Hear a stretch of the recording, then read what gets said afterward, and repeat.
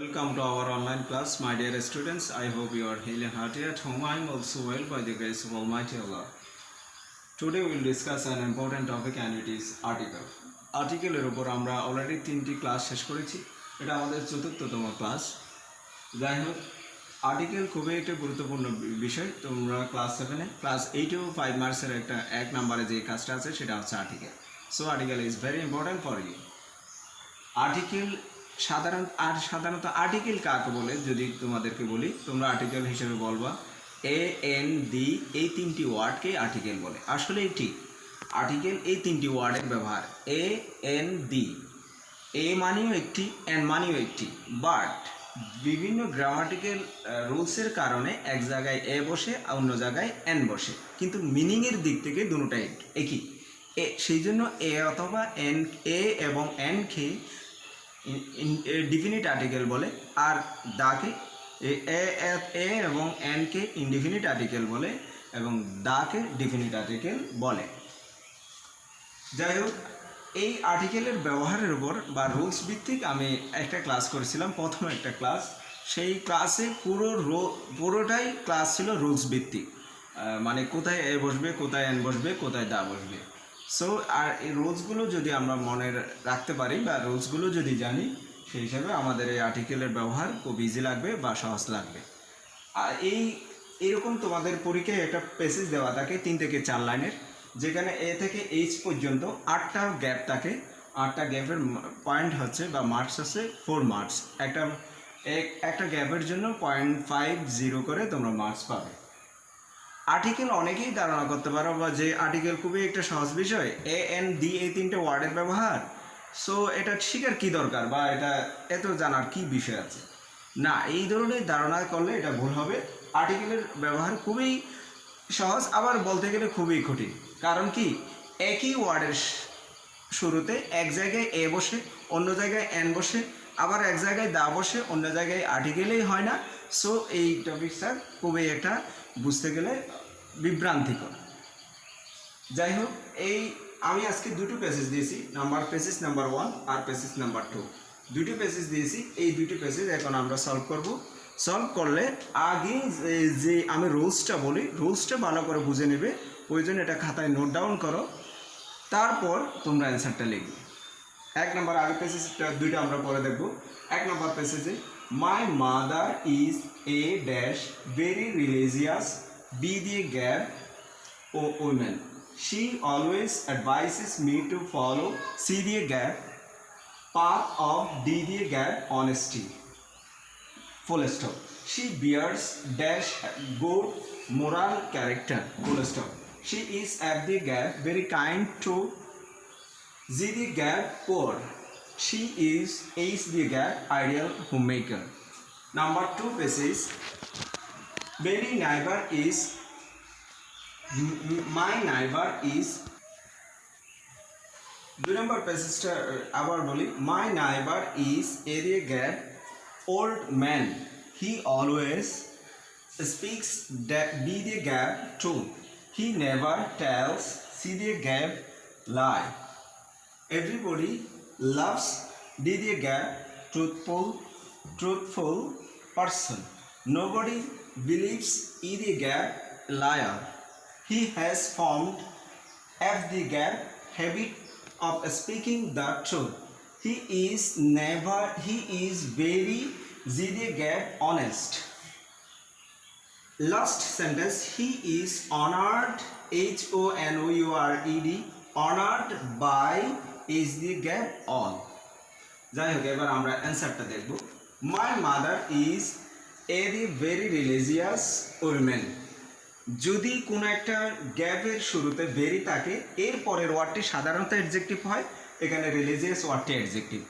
ওই অ্যাডজেক্টিভের পরে যদি একটা নাউন থাকে, ওই নাউন যদি অ্যাডজেক্টিভ থাকে, ভেরির পরে অ্যাডজেক্টিভ থাকবে। অ্যাডজেক্টিভের পরে যদি একটা সিঙ্গেল নাউন থাকে, ওই গ্যাপে সবসময় আর্টিকেল হিসেবে এ অথবা এন বসে। সেই হিসেবে আমরা এখানে এ দিব। এবার ওই অ্যাডজেক্টিভের পরে যে নাউনটা থাকে, ওই নাউনের আগে কখনো আর্টিকেল বসবে না, সব সময় ক্রস বসবে।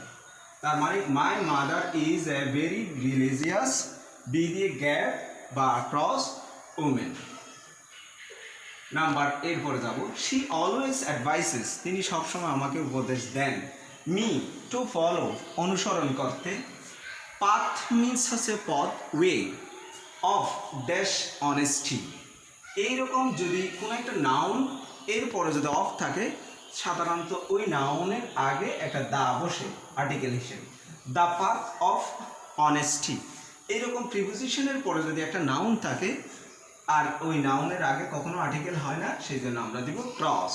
প্রিপোজিশনের পরে একটি মাত্র নাউন থাকলে ওই নাউনের আগে কখনো আর্টিকেল হয় না, সেই জন্য আমরা দিব ক্রস। এরপরে যাব, শি বিয়ার্স, ই দিয়ে গ্যাপ, গুড মোরাল ক্যারেক্টার, তিনি বহন করেন মানে তিনি লালন করেন, তিনি means my mother, a good, a হবে এ গুড মোরাল ক্যারেক্টার। কারণ কি, গুড এটা একটা অ্যাডজেক্টিভ আর মোরাল এটা একটা অ্যাডজেক্টিভ, যদিও বা এখানে গুড হচ্ছে অ্যাডভার্ব, ক্যারেক্টার ওয়ার্ডটা নাউন। সো ওই অ্যাডজেক্টিভের পরে যদি একটা সিঙ্গুলার নাউন থাকে বললাম, তখন সব সময় ওই অ্যাডজেক্টিভের শুরুতে এ অথবা অ্যান আর্টিকেল হিসেবে বসবে। এরপর আমরা যাব, she is dash very kind to dash poor, she is very kind. এই এক নম্বর সেন্টেন্সের শুরুতেও ভেরি ছিল, অ্যাডজেক্টিভ ছিল, এখানেও ভেরি আছে, অ্যাডজেক্টিভ আছে, কিন্তু পার্থক্য হচ্ছে রিলিজিয়াসের পরে একটা উমেন সিঙ্গুলার নাউন ছিল, কিন্তু কাইন্ডের পরে এখানে কোনো নাউন নেই, টু আছে, এটা প্রিপোজিশন। সো এই ক্ষেত্রে এই রুলস এবং এই রুলস এক নয়, এটা ভিন্ন, সেই হিসাবে আমরা এখানে কোনো আর্টিকেল বসাবো না, এটা হচ্ছে cross. She is very kind. আবার বলি, এখানেও ভেরি আছে, এখানেও ভেরি আছে, এখানেও অ্যাডজেক্টিভ, এখানেও অ্যাডজেক্টিভ, কিন্তু এখানে অ্যাডজেক্টিভের পরে নাউন আছে সিঙ্গুলার। যদি সিঙ্গুলার নাউন থাকে সেই ক্ষেত্রে আর্টিকেল হিসেবে এ অথবা অ্যান বসবে। আর যদি আর্টিকেল না থাকে, যেমন এখানে টু আছে প্রিপোজিশন, নাউন নয়, সেই জন্য আর্টিকেল হিসেবে কোনো কিছু বসবে না, ক্রস দিব। এবার পোর দিলে, এ যদি পোর দিই সেই ক্ষেত্রে হয় একজন পোরকে তো আর কোনো মানুষ হেল্প করবে না, সেই জন্য আমরা বুঝে যাচ্ছি। আর পোর ওয়ার্ডটা হচ্ছে অ্যাডজেক্টিভের শুরুতে যদি আমরা দা ইউজ করি সেই ক্ষেত্রে এটা প্লুরাল মিন করে। দা পোর মানে হচ্ছে যে গরিবদেরকে সাহায্য করে। শি ইজ, এইচ দিয়ে লাস্ট গ্যাপ হচ্ছে যে শি ইজ এইচ আইডিয়াল ও হোম মেকার। এখন আইডিয়াল ওয়ার্ডটা হচ্ছে যে অ্যাডজেক্টিভ, আর এই ওয়ার্ডটা হচ্ছে যে নাউন। অ্যাডজেক্টিভের পরে যদি একটা সিঙ্গুলার নাউন থাকে, এর আগেই বললাম একটা এ অথবা এন আর্টিকেল বসবে, কিন্তু এইখানে আইডিয়ালের শুরুতে ভাওয়েল আছে, আর ভাওয়েলের শুরুতে নর্মালি আমরা জানি এন বসে, সেই হিসাবে এন বসছে। আশা করি এই তোমরা পেসেস এক নাম্বারটা বুঝতে পারছো। আবার একবার রিভিউ দিই, মাই mother is a very religious cross woman. She always advises me to follow the path of the cross honesty. She bears a good moral character. She is at the cross very kind to the poor. She is an ideal homemaker. Number 2 to the number.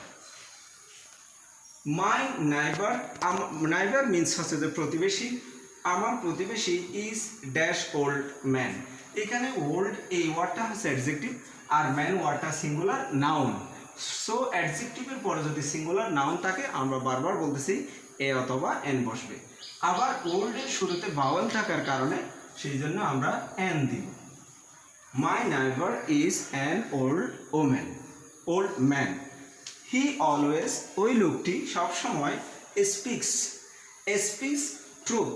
যদি truth থাকে তার আগে verb হিসেবে সবসময় speaks হয়। তোমরা জানো সবাই স্পিক্স মানে কথা বলা, টেলস মানে বলা বা কথা বলা, কিন্তু সত্য কথা বলার আগে সবসময় স্পিক্স হয়, আর মিথ্যে কথা বলার আগে সবসময় টেলস হয়। এবং আর্টিকেলের ব্যবহারের দিক দিয়েও ভিন্ন। ট্রুথের আগে সবসময় দা বসে, স্পিক্স দ্য ট্রুথ, আর মিথ্যার ক্ষেত্রে সবসময় আর্টিকেল হিসাবে এ বসে। তার মানে হি নেভার টেলস এ লাই, সে কখনো মিথ্যা কথা বলে না। আবার বলি, my neighbour is an old man, he always speaks the truth. সত্য কথা বললে সবসময় ভার্ব হিসেবে স্পিক্স দিতে হয়, আর ট্রুথের আগে সবসময় আর্টিকেল হিসেবে দা বসে।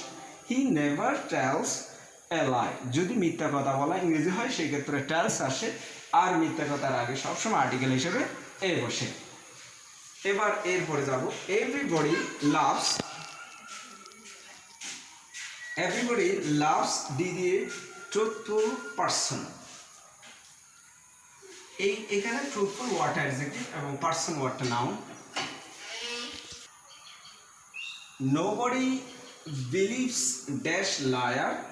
এখানে নোবডিটা সাবজেক্ট, বিলিভস এটা ভার্ব, এটা নাউন। যদি এরকম সিঙ্গুলার কোনো নাউন থাকে সেক্ষেত্রে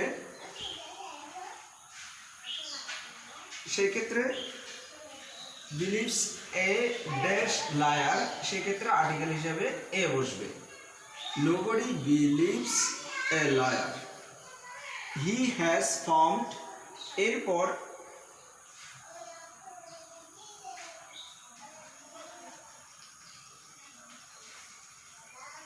হি হ্যাজ ফাউন্ড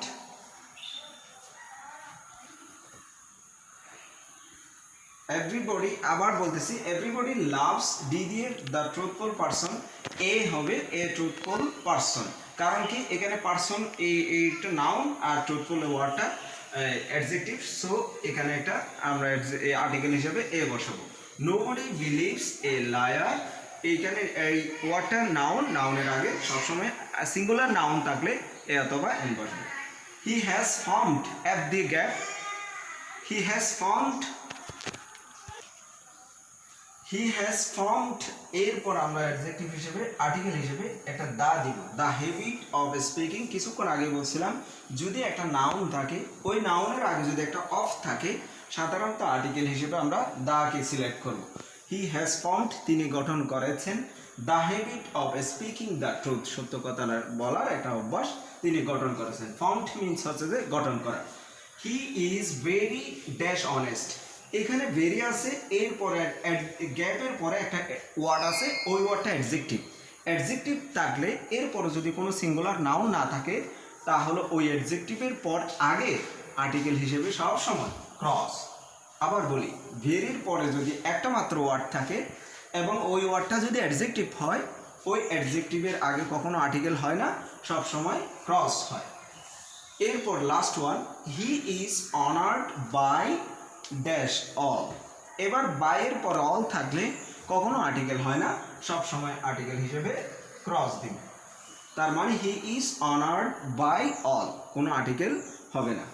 আশা করি তোমরা এই প্যাসেজ দুটো বুঝতে পারছো। এরকম যদি তোমরা বাসায় আরও তোমাদের বই থেকে প্র্যাকটিস করো বা বিভিন্ন বোর্ড কোয়েশ্চেন বা বিভিন্ন ইম্পর্টেন্স স্কুলসগুলোর কোয়েশ্চেনগুলো প্র্যাকটিস করো তাহলে তোমরা আর্টিকেলের উপর ভালো করতে পারবে। সবাই মনোযোগ দিয়ে ক্লাসটা করবে এবং গুরুত্বপূর্ণ কথাগুলো নোট ডাউন করবে, সেই প্রত্যাশায় ক্লাস শেষ করছি। Thank you all.